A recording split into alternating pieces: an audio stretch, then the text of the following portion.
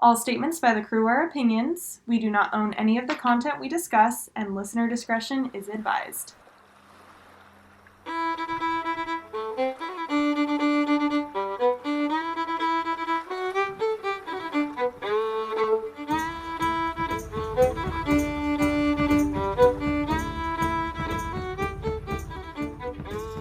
Welcome to Canon Misfire. I'm your Captain Sam.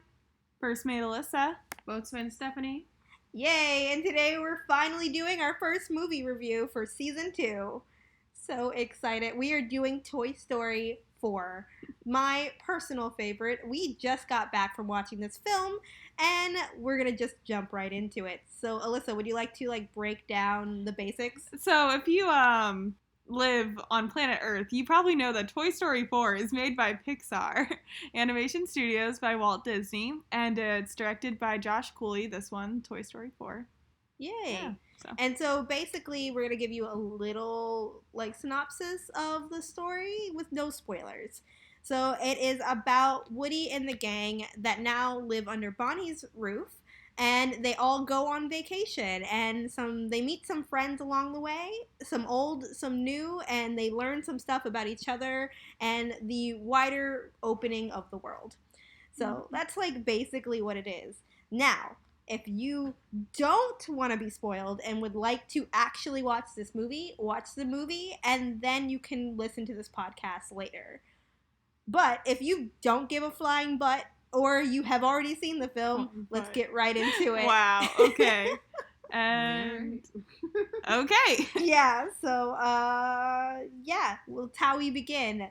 What, per se, Stephanie, did you not like about the film? Ooh, that's a good question.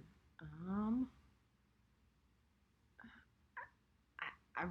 not sure. I don't know if it feels like it was a bit of a runaround inside of the shop. Okay. I feel like it was a little repetitive. I mean, it was a good thing, but it feels like it kind of cycled around itself a little too much. Do you feel like you're grasping at straws? Yeah, a little bit. It was really good. Honestly, it was just good. Okay.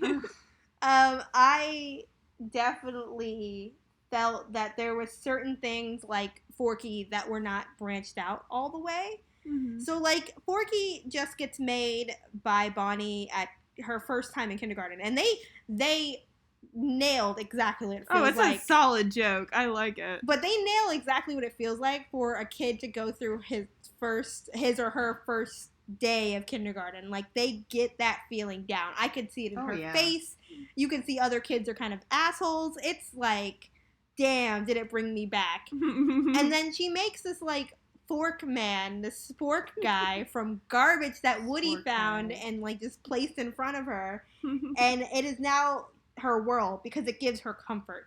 She obviously is uncomfortable with this whole changing of her life, and the toy just kind of helps her get through it. Mm-hmm. But the spork doesn't want anything to do with it. Which I do. I love his whole character. The thing that I think was interesting was that he really wasn't the advertisements just made it that was gonna be the whole movie was about Forky's or Forky's identity crisis. Oh yeah, Forky. And I do think that was kind of a way of just distracting the audience from what the movie's really gonna be about. But because of that, I was oh, I really wanted to see more of Forky.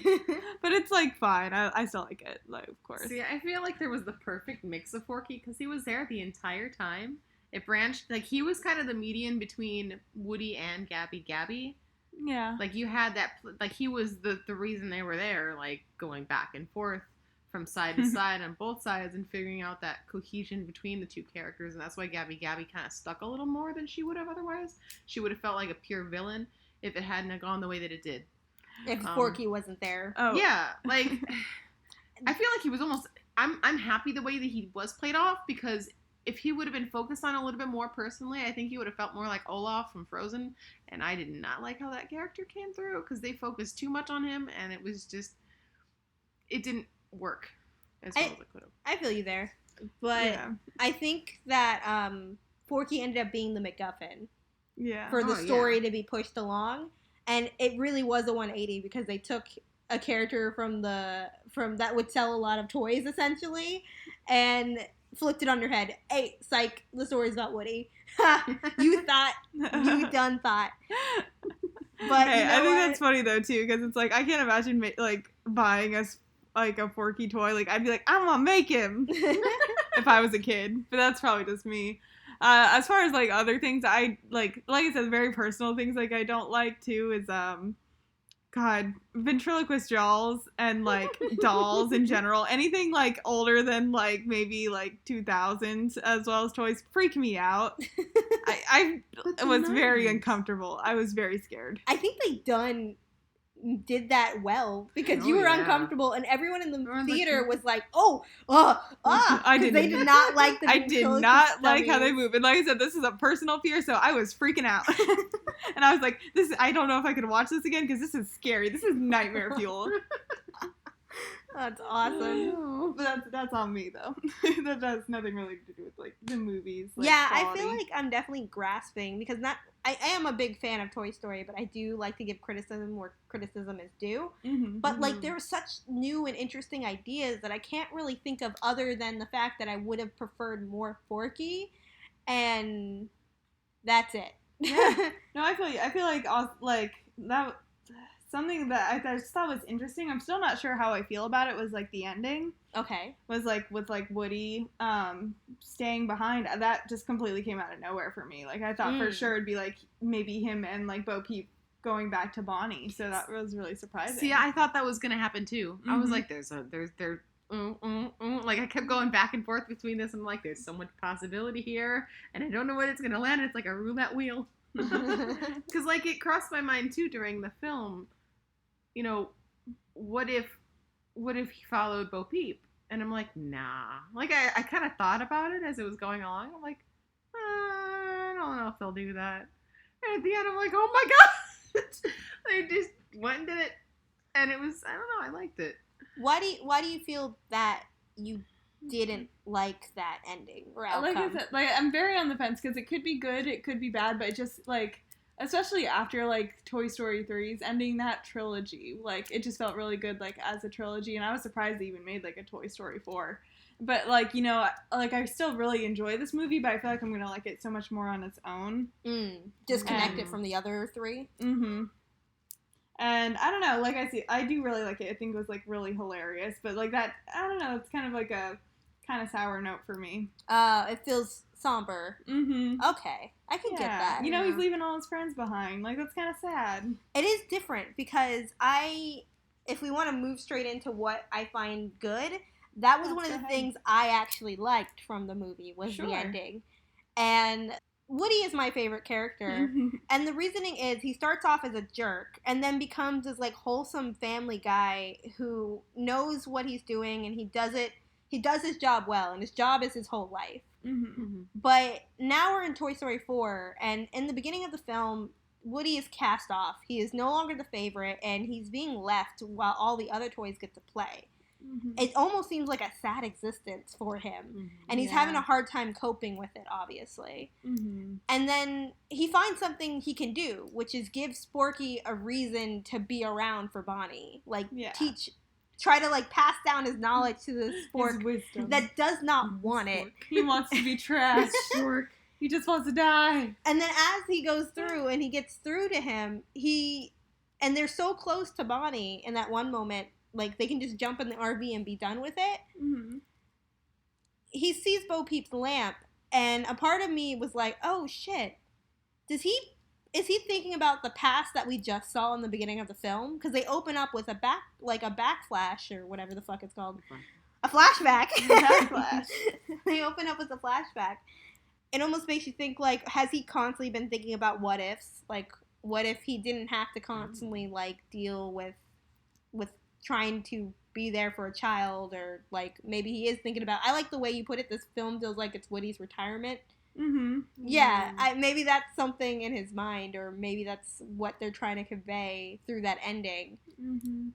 But it almost feels like a beginning and not an end. That's where I'm at too, because I could see them going either way. Like, I could see them, like, continuing on with Bonnie's story, or, like, in all of her toys. But I could also see, and, like, no more Woody, but I could see also maybe just, like, Woody and him finding a new group, and, like, he's like becoming like a toy rescuer kind of thing. Yeah. Or I could see something like they just have completely different toys in a whole different part of the world. Who knows? I could also see it as like this being the end, and we don't need to worry about any more movies. We just wanted to wrap up the cycle of one of the most beloved characters for the franchise and for the studio. The Woody was the first one. Oh yeah. Yeah. So maybe they just felt like he needed an ending that fit for them. It's like maybe it was less about selling us a movie and more about them as a studio. I could definitely see that. And also as a way to showcase their abilities, because we're now in what we like. That was a gorgeous film. Holy oh my shit. God. It was beautiful. Man, the animation and the little details, and like when the little half ripped open plush fell over and the little tiny pieces of like the cotton stuffing were just like puffed, and I'm like, oh my God, it's beautiful. As an animator, I'm like, oh, it's so pretty. Did you like that scene where they like there was so much happening and it was like, oh, my heart was like, oh no, oh no, oh no. Like when they storyboarding that must have been like a trip and a half. There's so many moving parts. Like they are just showing off at this point. They're like, oh yeah, you remember that like our first Toy Story? Look at this now.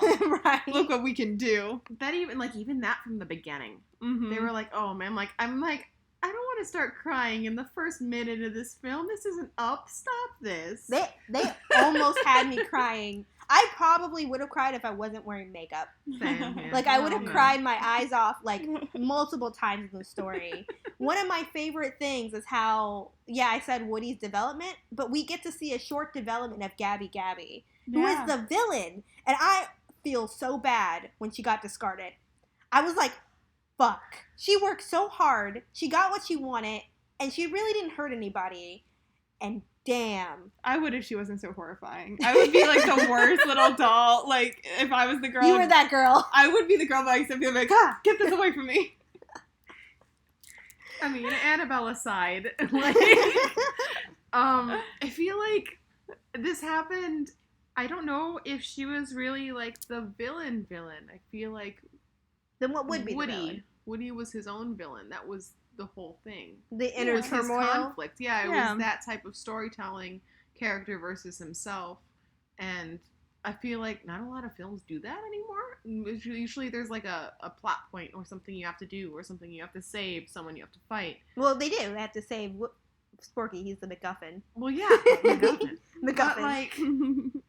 But like the whole basis was, even from the beginning, Woody was fighting with himself over everything that's been happening, even with the flashback with Bo Peep. Yeah, no, I get what you mean. It's exactly what I was expecting. But I do still think that she is a villain, but maybe not traditional sense villain. Like, she's goal-oriented, and she is an antagonist, but maybe she's not, like, evil. She's just freaky. She's like a secondary antagonist. She's like... I think it's like a secondary story plot. Yeah, and but then, like... Go ahead. Oh yeah, and then you like hear her like her issues and everything, and like you really get to feel like where she's at, and I think it's just very interesting that like they went that route of like redemption too, or like Woody's just like, oh yeah, no, I actually see where you're coming from. You're not like this evil big bad. Yeah, it was interesting the way that they took her, because how she's like, how her thoughts are going in the movie, like in the beginning. I was like, oh, I don't like her. I don't like her. I just don't like. And with when Sporky's hanging out with her. Yeah. And I'm like, oh, she's turning him. But it went a different way to where it was just genuine feelings from her, and she was actually just a troubled soul that didn't quite know how to approach what she needed or wanted. I mean, goal oriented. Yeah. So, like, the first opportunity that she saw, she was like, oh, this is the chance, you know, no matter what, because I don't have another chance. I might not have another chance again. Yeah. I liked her a lot. I think she was an interesting point of view as, like, a toy that just sits on a shelf, can't be touched. She's like a antique, and all she wants to do is be played with by the one girl she sees 24/7 in her life. That's a lot. That's a lot of emotions to unpack for just a kids movie. I like to think that she's not Marvel's Thanos. She's Inside Out's Joy. Oh, I see that. As an antagonist figure. Mm-hmm. I also think like she is very deluded. Like she doesn't know because she is sheltered and stuff too. She lives on a shelf. But I mean, I also think too like we shouldn't make her completely in a good light because her delusions are kind of bad too. Like she keeps it like constantly under surveillance, and like she is like a force to be reckoned with too. Oh yeah, she definitely got in the way, and she was definitely like bad. But I also think within their universe, it's not the worst. Oh no, I'm just saying too. Like I just don't want to make it out like, oh no, she's perfect, because I do think she as well is just like Woody at the beginning of Toy Story. She's got some work to do. Yeah, and I think that's a good message. But I also think that Toy Story consistently does this because in the last 3 films, each of the bad guys or antagonists they've had their own stuff going on in their own stories, and they've never been 100% evil. Mm-hmm. They've just been people who were in the way of the family, or people who like messed with the family a bit. Mm-hmm. So if we want to break it down, it's like Sid was just a lonely kid who expressed himself by destroying and remantling toys. I've done that. I'm a kid. We've done that before. I get it. And then like the owl toy barn guy. He was just a guy who was down his luck who wanted and desperately wanted money. Mm-hmm. But he used the love of collecting toys and memorabilia to do that. And he was trying to do it almost to a sense that I would do that myself. I would collect like a whole section, get as much money as I could for it, and I would eBay it off. Like, mm-hmm. I can't see any harm really in that, except for the fact that he just picked the wrong toy and he stole it, and he shouldn't have done that. Yeah. You shouldn't steal things. Mm-hmm. And then with Lotso, it was interesting because he got hurt. He got hurt real bad. And instead of making it like, instead of trying to grow beyond it, he made it everyone's problem. Yeah. He was probably the worst they've ever gotten. But at the same, you kind of get it. That was his whole life, and it got like kind of like. I mean, we're not gonna do Toy Story like 3 right now, but like I've got some thoughts. So yeah, we'll save that for another one. But like generally, he's not a huge villain. He's not Cruella de Vil or anything like that. Or he's just pure evil. I just wanted to he's got layers. He just wants puppies. But beyond the point, enough about and of course also the cat's a villain, and that cat was gorgeous, and I love him. No, I think he was just a cat. He was just an animal. Exactly, he's just a cat. He was just an animal and a tool for a really interesting scene. But I liked him. Yeah, you just like him because you like cats. Yeah, exactly. And that was a beautiful cat. That cat looked like real. That cat was impressive for animation. The lighting. He was furry and almost like you could see through the fibers. It's crazy. He's a crazy looking animal for a movie, at least. Yeah, but enough about Gabby Gabby. If we want to like continue on, because like we already know it looks good, we already know it's a great story, and we already know we love the characters. But were you expecting the tension between Bo Peep and Woody? No. Oh my gosh, I've never really, like, thought that their romance was really anything more than, like, oh yeah, Woody's little girlfriend. Like, right. Yeah, and, like, so they made that romance, like, that was a thing in this movie. It almost just felt like it was something I forgot. Like, yeah. So that was very interesting. And I guess that goes into, like, how I feel about the ending, because I was like, when I think about the trilogy, Bo Peep was never really a big part of it for me. Mm-hmm. So. She really wasn't, because she was gone by the 3rd film, and in the 2nd film, she had, like, she didn't leave. She was just in the house with the other toys before. Mm-hmm. So it was kind of great that they took a character that was barely around but that we knew and made them someone so much more interesting. Oh yeah. And I like that she was kind of foiling Woody because she was very acting selfish within like the means of the story because she couldn't comprehend 100% why he wanted to do this. But she does love and respect him for it, which is like, wow, that's crazy to like a thought process for a romance, and it's between toys, no less. Mm-hmm. And the scenes where they're like set to each other, and you feel the romance because of the sparkles that are happening and all that like lighting and beautiful lighting and stuff, and you're like looking at them, you're like, wow, I can feel the love because of the like facial expressions and what they've set up in the scene. And they're toys. I always feel like the guys who wrote the story knew that it was a thing. And now they're just presenting it to us finally. And it's good. Yeah. It's like real good. I was like, wow. I love it. And it's just like their banter, the way they communicate and operate with each other. When she was like, don't say anything and just stand there, while they walk into that like that pinball machine club like scene, and she like asked him a question, and his only way of responding was pulling his own string. That was adorable because he knew he wasn't supposed to talk, but he was like, and she was like, that's just cheating. It's like, so it's like I feel They have good banter. Yeah. I feel more attraction between them than between most like Hollywood movie like ships that I've seen before. I don't know. It was good. Yeah, no, I'm with you.